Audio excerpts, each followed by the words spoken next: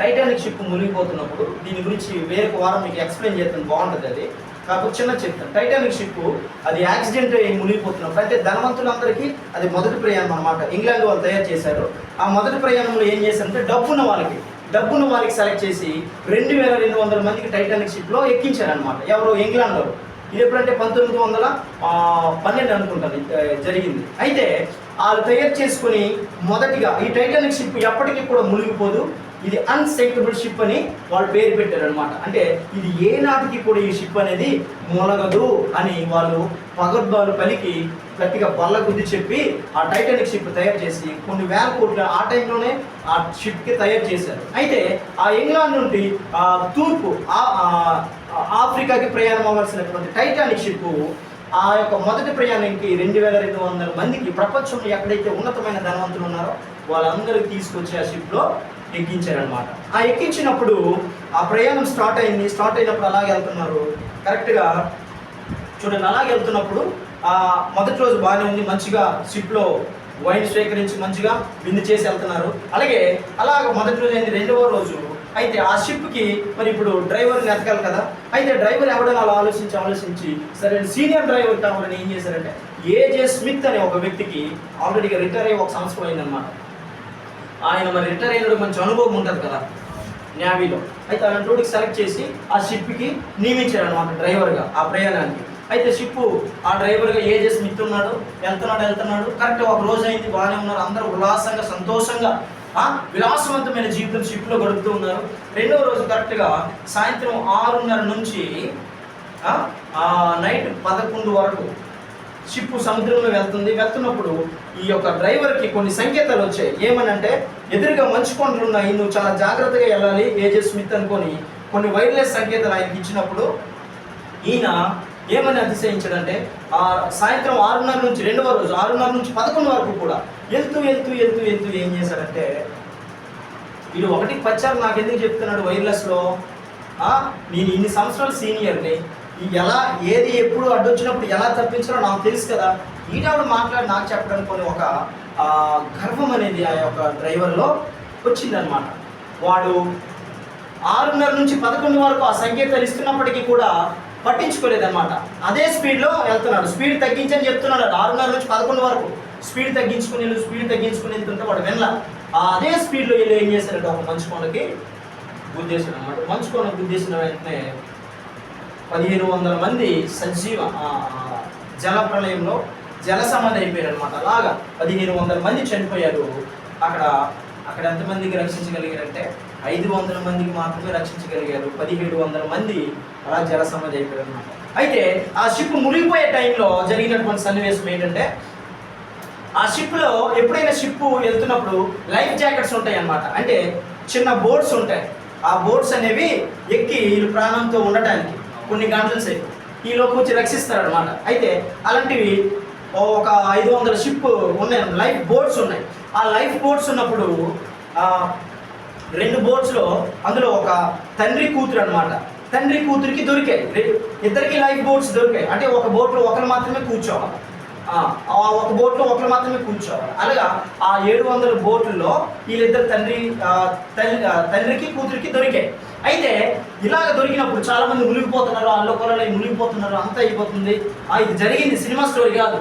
అలాగవుతున్నప్పుడు ఈ యొక్క కూతురు సేఫ్గానే ఉంది, చక్కగా ఉన్నారు లైఫ్ బోట్ మీద. ఈ తండ్రి కూడా లైఫ్ బోట్లోనే ఉన్నాడు. అయితే కుడి పక్క ఒక యవనస్తుడు అల్లకొలలో మునిగిపోతున్నాడు అనమాట. మునిగిపోతున్నప్పుడు ఒక మాట అడిగాడు, మరి క్షమించండి టైం 5 నిమిషాలు ఎక్స్ట్రా అయిపోయింది, 2 నిమిషాలు ముగించేస్తాను. అయితే మునిగిపోతున్నప్పుడు యవనస్తుడికి ఒక మాట అడిగాడు. ఎవరు? ఈ తండ్రి అనేవాడు. నువ్వు రక్షించబడ్డావా అనుకొని ఆయనకి అడిగాడు అనమాట. ఎవరికి? మునిగిపోతున్నటువంటి యవనస్తుడికి. కొన్ని బొరగడిపోయింది, ప్రాణం పోతున్నప్పుడు ఆల్రెడీ చచ్చిపోతున్నారు, ప్రాణం పోతున్నప్పుడు ఇప్పుడు రక్షించబడ్డావు ఏంటరా నాయన, నీకు బొరగడిపోయింది ఏంటి అనుకొని ఆ వ్యక్తి పాపం ఈత రాకుండా అలాగలాగలాగా అతను మాట్లాడుతున్నాడు అనమాట ఆ తండ్రితో. అప్పుడు ఈ యొక్క తండ్రి ఏమన్నాడంటే, ఇప్పుడు నువ్వు చచ్చిపోతే, ఇప్పుడు కానీ నువ్వు ఎలాగో చచ్చిపోతే కొద్ది నిమిషాలు చచ్చిపోతావు, ఇప్పుడు నువ్వు చచ్చిపోతే నరకానికి వెళ్ళిపోతావు, ఇప్పుడు నేను చచ్చిపోతే ఆయన ఏర్పాటు చేసినటువంటి రాజ్యానికి వెళతాను, కనుక ఇదిగో నా బోట్ నీకు ఇస్తాను, నువ్వు బ్రతికి ఇంకా 10 మందికి సువార్త చెప్పు అనుకొని ఏం చేశాడంట, కూతురికి అమ్మ నువ్వు చక్కగా ధైర్యంగా ఉన్నాం అనుకుని కూతురికి ధైర్యం చెప్పి ఈ లైఫ్ బోట్ అనేది ఆయనకి ఇచ్చి ఈ తండ్రి అనేవాడు మునిగిపోయాడు అనమాట. అర్థమవుతుందా మీకు? అంటే ఇది కరెక్ట్ కథ కాదు. మీరు ఫోన్ ఉన్నట్లయితే ఆయన పేరు జాన్ హార్బర్. ఆ యొక్క ప్రాణం పోగొట్టుకున్నటువంటి వ్యక్తి పేరు జాన్ హార్బర్. ఆ రక్షించబడినటువంటి వాడు అకూలా, ఆయన పేరు అకూలా. ఈ లైఫ్ బోట్ ఇచ్చి చనిపోయినటువంటి వ్యక్తి పేరు జాన్ హార్బర్ అనమాట. అంటే నేను ఎందుకు ఈ విషయం చెప్తున్నానంటే, క్రైస్తవుడి జీవితంలో మరణం పట్ల భయం అనేది ఉండకూడదు అనమాట. మరణం పట్ల ఏ ఉండకూడదు? భయం ఉండకూడదు. ఎప్పుడైనా సరే అమ్మనైనా సువార్త చెప్తే వాళ్ళు కుట్టేస్తారేమో, సువార్త చెప్తే వీళ్ళు బాధేస్తారేమో, అమ్మనైనా అక్కడికి వెళ్తే చాలా మూర్ఖులు. ఏది ఏమైనా దేవుడు నీకు ఒకవేళ సంకల్పించినట్లయితే నువ్వు ఖచ్చితంగా ఆ యొక్క ప్రాంతానికి వెళ్ళి సువార్త అనేది చెప్పాలి. అలాగే ఆ యకూల అనే వ్యక్తి రక్షించబడిన తర్వాత ఆయన ఏడ్చుకుంటూ ఒక 6 లక్షల ముందు సాక్ష్యం ఏం చెప్పాడు తెలుసా? ఈ ప్రపంచంలో అందరి రక్షణ కొరకు యేసు ప్రభు ఒకలే చనిపోయారు, నా రక్షణ కొరకు 2 వ్యక్తులు చనిపోయారు. ఒకటి భౌతికంగా నాకు ప్రాణం పోసినటువంటి వ్యక్తి జాన్ హార్బర్, రెండవది నాకు నిత్య జీవం ఇచ్చినటువంటి యేసుక్రీస్తు వారని 6 లక్షల ముందు, 6 లక్షల సమాజం ముందు ఆయన ఏడ్చుకుంటూ ఆ యొక్క సాక్ష్యాన్ని చెప్పాడు అనమాట. అలాగే క్రైస్తవుడి జీవితంలో మొదటిగా ఏమనకూడదంట, మరణం పట్ల భయం అనేది ఉండకూడదు. మానవుడికి 3 మరణాలు కదా. క్రైస్తవుడి జీవితంలో ఈ మొదటి మరణం పట్ల మనం అవగాహన కలిగి ఎప్పుడైతే జీవిస్తున్నా ఆధ్యాత్మిక మరణంలో అది మనం మరణించకుండా ఉండాలన్నమాట. కనుక మరణించినటువంటి వ్యక్తులు ఏదో ఒక రోజు మనం కలుసుకుంటాం అక్కడ. మీరు చూడండి, ధనవంతుడు లాజరు ఉన్నారు కదా. ఇప్పుడు ధనవంతుడు లాజరు, ఇప్పుడు అబ్రహాం ఎప్పుడు వాడు 7th సెంచరీలో ఉన్నటువంటి వాడు, అంటే 7వ శతాబ్దానికి చెందినటువంటి వ్యక్తి. ఇప్పుడు ఈ ఎవరు? అబ్రహాం. ఇప్పుడు ఈ ధనవంతుడు లాజరు జరిగింది ఎప్పుడు? అప్పుడు కొత్త నిబంధన లేదు కదా, ఆ పాత నిబంధనలు ఉన్నటువంటిది అబ్రహాముది. అయితే కొత్త నిబంధనలకు వచ్చేసరికి ధనవంతుడు లాజరుది మనం చూస్తాం కదా లోక సువార్తలో. ఇది ఎప్పుడుది? 16వ శతాబ్దానికి సంబంధించినది. అంటే ఇక్కడ గ్యాప్ ఎంత? 700 సంవత్సరాల గ్యాప్లో. ఇప్పుడు 700 సంవత్సరాలు అంటే ఒక 7-8 తరాలు. ఆ తరాలు కదా, 7-8 తరాలు. అయితే ఈ ధనవంతుడు ఒకరు చనిపోయాడు, లాజరు చనిపోయాడు. కానీ అబ్రహాం, తండ్రి అయిన అబ్రహాం అని ఎలా గుర్తుపట్టి మాట్లాడుతున్నాడు అంటే, మన కుటుంబీకులు ఎవరైనా పుట్టి పూర్వకులు చనిపోతారు కదా, ఒకవేళ ఇప్పుడు మనం చనిపోయినట్లయితే వాళ్ళందరినీ కూడా మనం ఏం చేస్తామంట? చూస్తాం.